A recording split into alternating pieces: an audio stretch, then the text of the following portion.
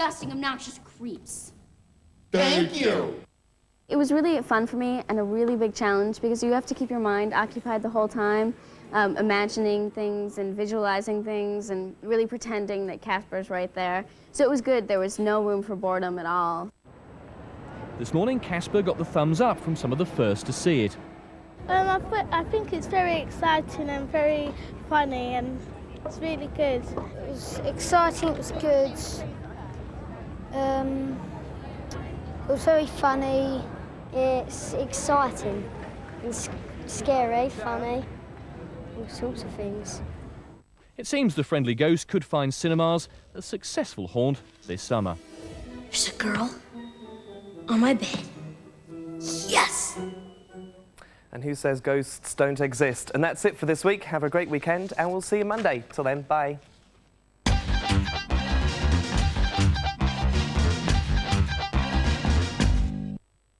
So you think you're a true fan? And you've got what it takes. Total dedication. Total devotion. Only hardcore fans need apply. The pop challenge not to be missed. Fan versus fan in the ultimate clash. E17 versus Guns N' Roses. Danny and Toby, Fan TC, Sunday 9:45 on Children's BBC 2. Can you handle it? Just about, actually. It's 9 after 5 now. Is it hard working with Danny, Toby? Oh, it's a tough job, but someone's got to do it, Otis, haven't they? And I decided to volunteer my services. There we are. Do you think they might want an Arvok to do the next series? No, actually, I think they've already cast that. Oh, she's very lovely, Danny. Has she got any? Has she got a sister by any chance?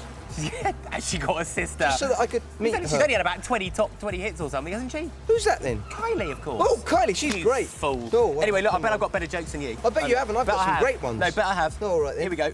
This one's from Kenneth Gorthwop Vinden. That's a name and a half, isn't it? Lives in Cambridge. Knock, knock. Who's there? Ivor. Ivor who? Either you let me in or I come in the window myself. That's very good. I've got one here from Laurie Wallace. It says, what do you call a ferocious lion in a bad mood? Oh, I don't know. Sir. Probably better off doing that, yeah. This final one. What happened to the man who couldn't tell toothpaste from putty? I don't know. His windows fell out. Well, he stayed in. Thank you, Kenneth, for those jokes. Hopefully a few more later. Now, by the way, yeah. Do you like roller coasters? Not since I saw you on one on the Steve Wright show. Did you like that? Yeah. Well, you just check this one out now in Record Breakers. Unbelievable.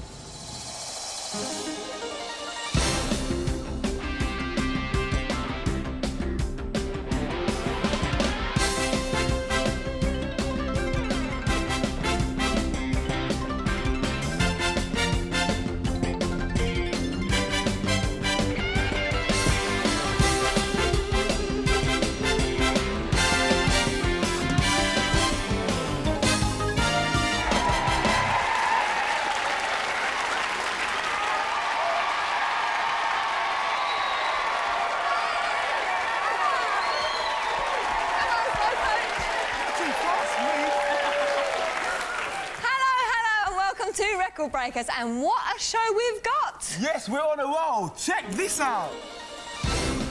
Mark's leaving his breakfast on a big one in Blackpool. But this Record Breaker faces 3 weeks of breakfast on a marathon roller coaster ride.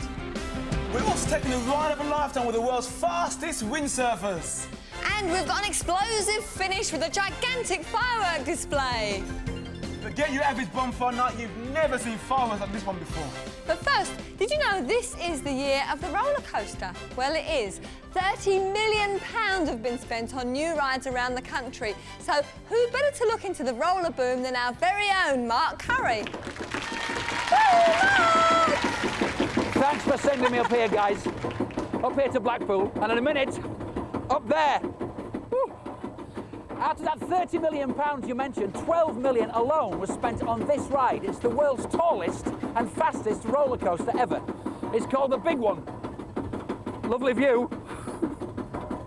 You see, you don't have to go to America anymore for record-breaking roller coasters.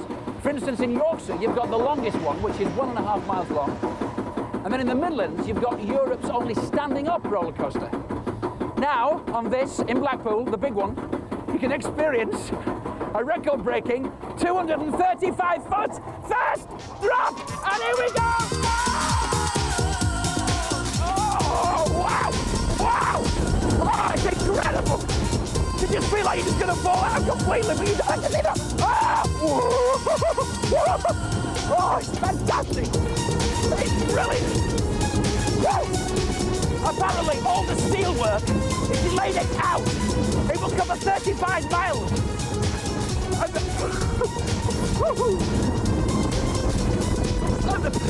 And the paint, there's enough paint on this ride to cover 6 football pitches.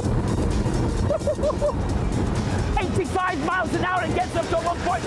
Now then, what am I supposed to do? I'm supposed to put my hands up a bit, aren't I? All right, I'll try. Ready?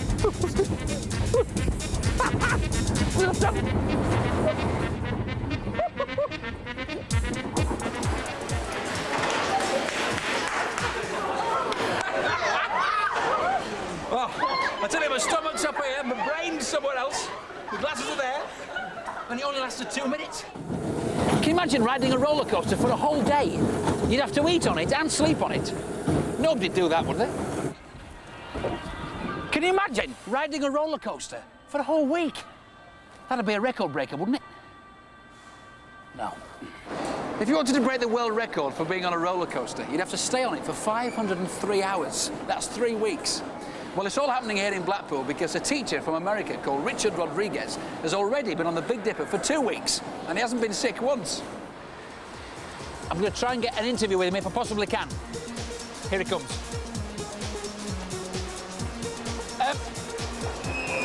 Richard, can I just talk to you then?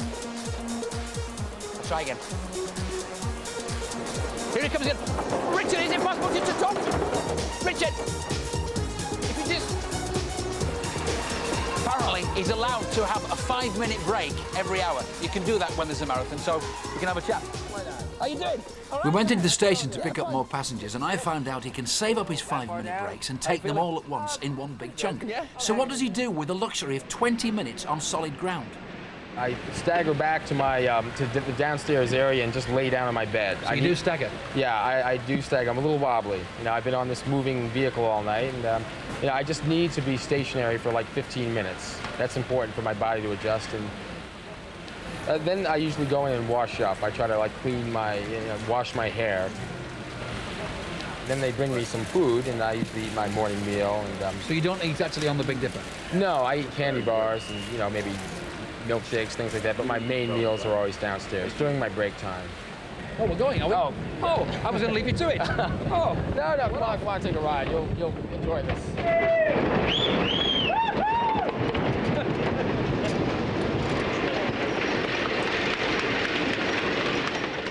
I did a lot of training to do this. I rode a lot of other coasters in the U.S. that were similar to this to train for this marathon. So I was very prepared. I did a lot of aerobics and a lot of stomach strengthening exercises, things like that. Do you get a numb bum? Yes, I've got one now, and I'm going to for 30 seconds.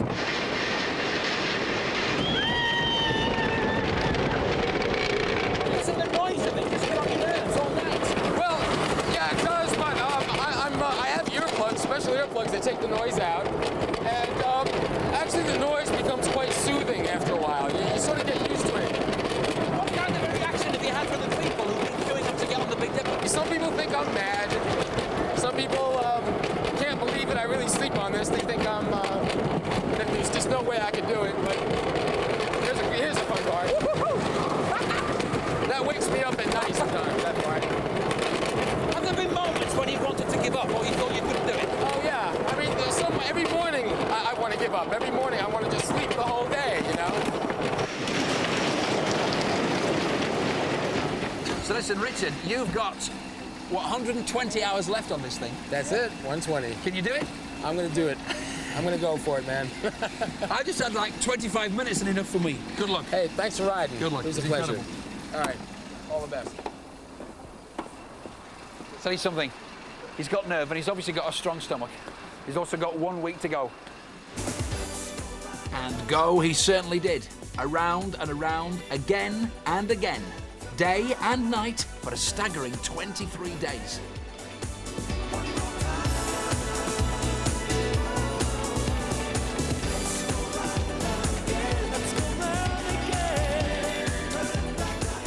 Each hour of every day was painstakingly logged to comply with record-breaking rules.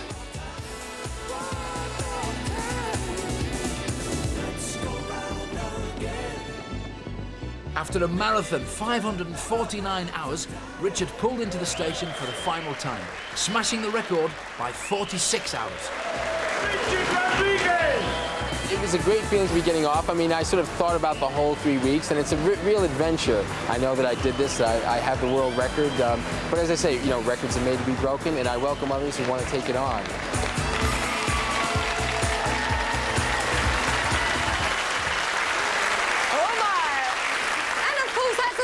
We're all going to rush out to try and beat, isn't it? I don't think so, Cheryl. Anyway, we've got a visitor in the studio. Come and meet her. Here she is. A 6-metre-long catamaran called No Limits, and she is beautiful. She has such a fine sail and a really sleek body because she's built specifically for speed sailing, and that means records. And the man who has a book full of information on every type of record is the editor of the Guinness Book, Peter Matthews. Good to see you, Peter. Welcome to Record Breakers. Tell us about speed sailing. Speed sailing has had a fascinating history over the last 20 years or so. It represents the ultimate record for any type of sailing craft, and what we're looking for is simply the highest speed under sail. Britain, of course, is a big sailing nation. Are we ever in the running? Well, yes, indeed, because in the past, boats built in Norfolk, light indeed, No Limits here, have a strong tradition of speed sailing record breaking. A Norfolk boat called Crossbow took the record in 1972. 26.3 knots. Then again, Crossbow 2 in 1976, and in 1980 did 36 knots. And that record stood until 1986. That's where it got complicated, wasn't it? Well, it did indeed, because then a Frenchman called Pascal Macquer took the record, but on a sailboard. Now, a sailboard, that's the same as a windsurfer, am I right? Absolutely. Is that allowed? Yes, it is, because what we're interested in simply is the fastest under sail. That's the point. And the record, in fact, until quite recently, was held by a windsurfer called Thierry Bilac, with this astonishing run in southern France. Well, there goes Bilac. Speed sailing records have to be set on a course of 500 metres, and over that distance, he averaged 45.43 knots, or 52 miles per hour. Whoa, but the windsurfers haven't had it all their own way, have they? Well, absolutely not, because the Australians have since weighed in with this high-tech wonder. It's a yacht of sorts, a trifoiler, called Yellow Pages. And in 1993, they recaptured the record for the boating fraternity with a speed of 46.52 knots. Which for us landlubbers is? Well, that's 53.5 miles per hour. Wow, and not an outboard motor in sight. No, just the right wind, great technology, and supreme skill. So, although he no longer holds the title fastest under sail, Thierry Bilac still holds the record as world's fastest windsurfer. And that's why we sent Chris off to sunny Spain. He's been following the World Board Sailing Championship circuit, where everybody's after that record.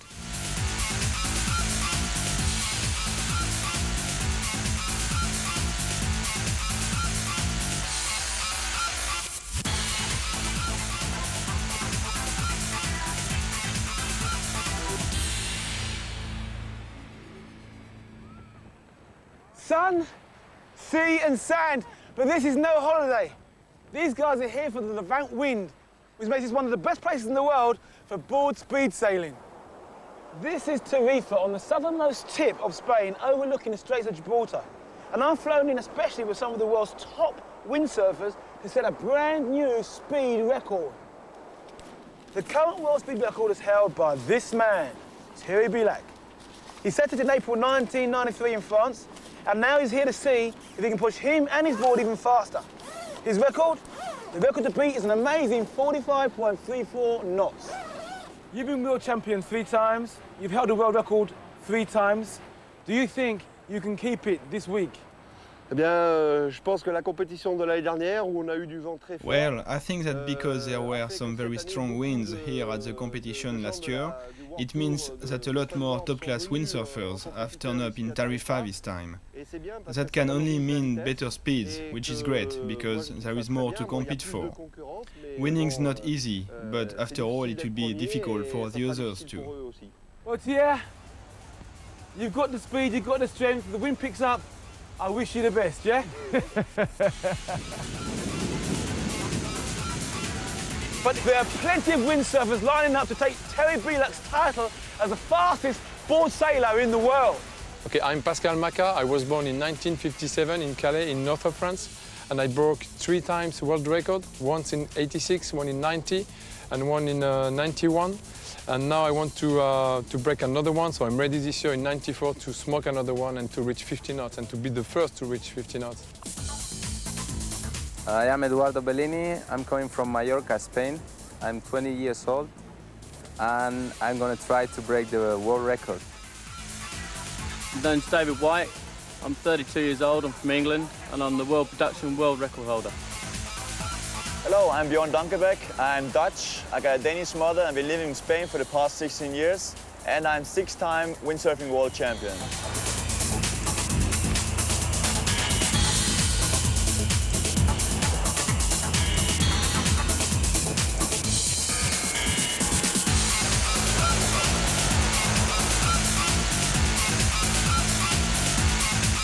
Well, it's day 5 here at Tarifa. Although it's windy enough for me, it's not windy enough for the big boys. But then again, I suppose that's nature. The World Cup moves on, they're off to Fuerteventura, where I hear the wind is gushing. And if they're going there, I guess I'm going too.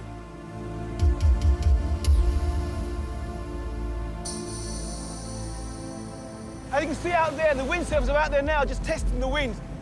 They will have to go off one at a time, up and down the water, in between 2 cameras set at 500 metres apart.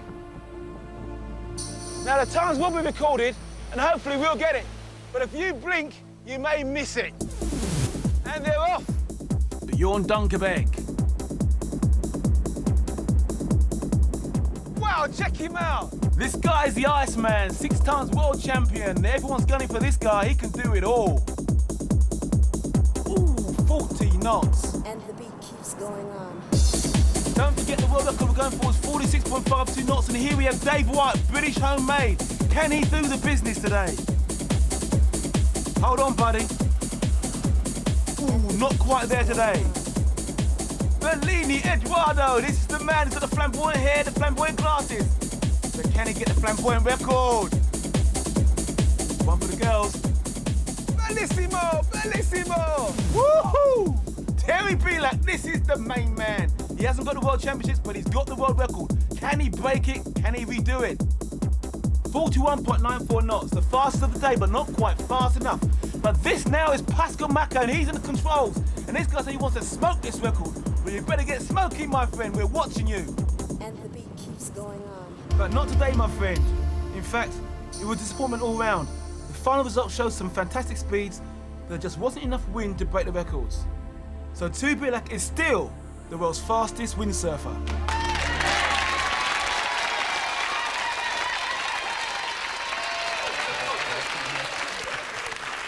Oh, what a shame. So that means the yachting world still holds a speed sailing record. Well, absolutely. But there's a little bit more to come, in fact, because No Limits here is just a prototype for a much larger 18-metre yacht, and they hope, to bring the record back to Britain. With speeds of up to what? Well, the target they're going for, remember, this is a big target. It's a 2-year project, £400,000, and they're hoping to get that 50-knot barrier. Wow, that would be fantastic, wouldn't it? Peter, thank you so much for coming on to Record Breakers to tell us all about that. And let's wish the No Limits Speed team the very best of British.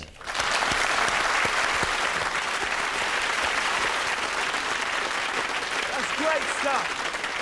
All right, all right, all right. It's bonfire night. Are you guys ready? Yeah! Are you sure? Yeah! You like my guy? Check out my guy. Isn't he cool? Yeah! Who said his smile's better than mine? Oi, oi, oi. All we need now is some fireworks, right? How about we go to one of those organised firework displays? That sounds a great idea. Yeah, yeah. Well, I know a guy who can take us. No, not him, Nit. He wouldn't like bonfire night. No, it's him. If you've ever seen one of these go for bonfire night, you know that when they do, it can be spectacular. Well, behind me right now, they're putting the final touches to the world's largest Catherine wheel. It's over 5 stories high. Yep, that's more than 60 feet wide. Now, if that goes off, it's going to be a brilliant new world record. This is Saffron Walden, a small market town in Essex which has seen its fair share of history in the past. But today, we're going to blast Saffron Walden back into the history books. And I've seen these guys take all day trying to put it together.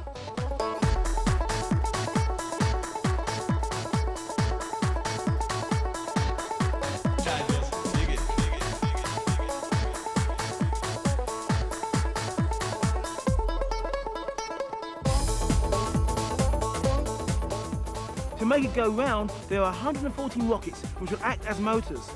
Now the rules say that for it to qualify, all the propulsion must come from these rockets and that they must all be made from normal firework material.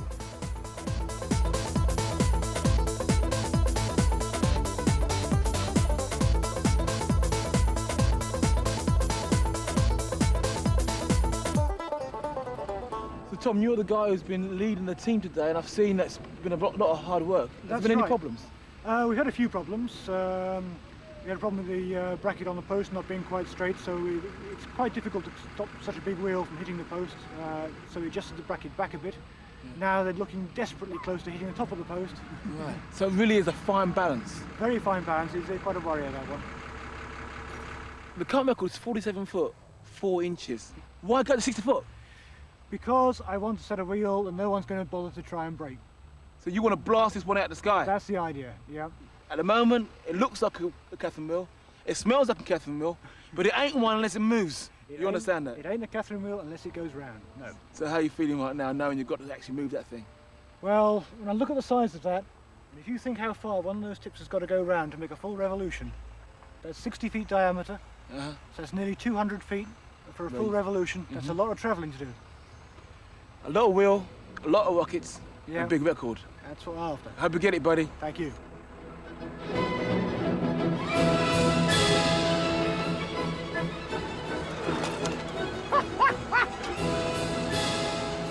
Now you know why I don't play cricket. It's looking decidedly dodgy to me. A huge firework out here. I'm not quite sure about this thing.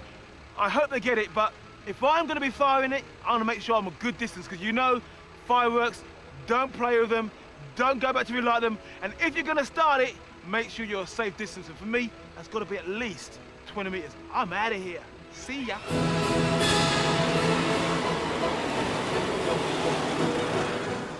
Okie dokie, coming over across the field now is the main man of the evening.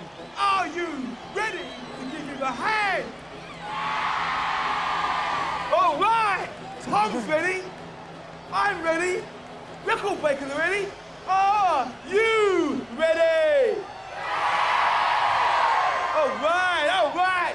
I'm pulling up the ratchet. Push it down as hard as you can. Okay, guys, are you ready to count down? 5, 3, 2, 1. Yeah, come on! Let's go! Go! Run! Go! Let's bring this place go! It's going! Yeah! Come on! Let's go! The blue one's come out once! Yes! Take the blue one again! The blue one! 2! All right, Tom! Yeah! Check it out! 3! The biggest Catherine wheel in the world! Record breaker!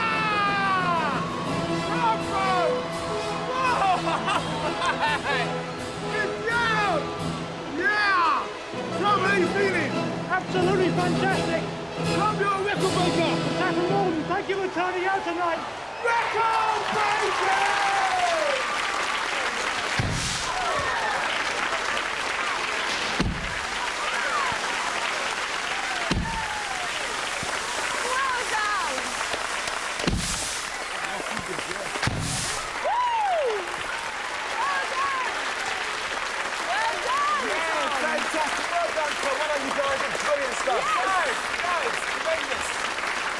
And we'll be back again next week with more amazing records, so don't miss it. But remember, please be very careful. Yes, follow the firework code. See ya!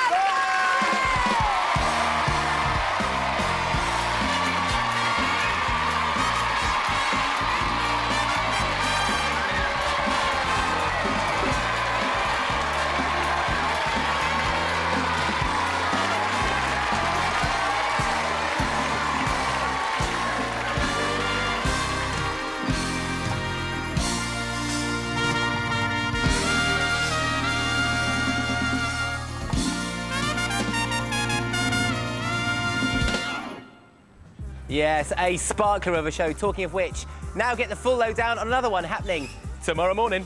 Grant, Joy, we're on. Oh, thank you, Morag. Don't forget, tomorrow, fully booked, we have Aswad and Shampoo in the studio. Dieter Brummer from Home and Away will be here, and Chris Sakabusi meets Formula 1 driver David Coulthard. We've got a top Take That competition. Don't forget the Chuckle Brothers, fully booked tomorrow, 8:30. Thank you, gang. But now, here we are on a holiday island. Welcome along. Hope you're having a lovely summer holiday yourself. It's day 5 from paradise, and it's time now to talk...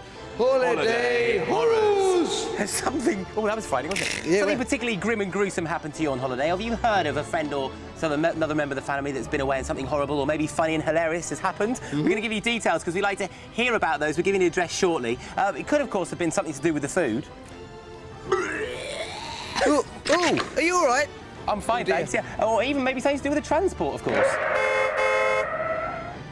And accommodation's always a good one, isn't it? Ooh.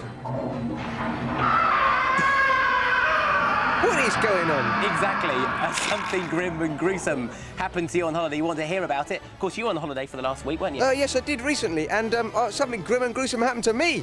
When I got to the airport, the man mistook me for my luggage and put my suitcase in a luxury aardvark-sized seat, and me in the hold, which was very chilly. Oh, dear, of course, many might say that's where you belong, of course. Hey! But No. I've got to tell you about my holiday. Yes. My mum's not going to believe this. If you're watching at home, Mum, I'm sorry, but I had to say it. It takes me back about 8 or 10 years. We were on one of those camping holidays in the south of France, but we were staying in one of those really quite flimsy tents, and the same went for the toilet.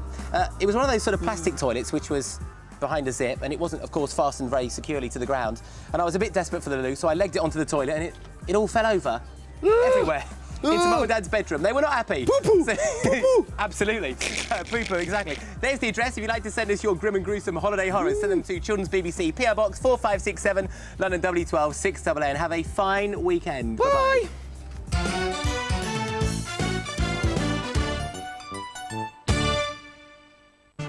Switch to Trev and Simon with Ross and Russ. I'm Ross. And I'm Russ. And you're watching PBC, the car boot shopping channel. I've just got a film I want developing, OK? We don't do developing. We've got to take a break for a minute for some adverts, but we'll see you in a minute. You know when you've been hit by a big orange. Men with pipes? That's better. Switch to Trev and Simon's summer special. Tomorrow, 10 to 6 on BBC1. On BBC1 now, more than a spot of man trouble for the girls on Ramsay Street. Neighbours, everybody needs good neighbours with a little understanding. You can find the perfect blend. That's when good neighbours become good friends. You never told me you were going out with her. Two-timer! Hey, thanks. That's okay. I thought about what you said. I couldn't leave you to handle that one on your own. You mean you cut short your date with Chip to help me? No, Chip didn't show up. So, you really like the idea? Yeah, I think it could be romantic. Romantic? Yeah, I can just see it now. Me and my guy sitting on the deck, holding hands, drifting down the river. Oh, I can hardly wait. Neither can I.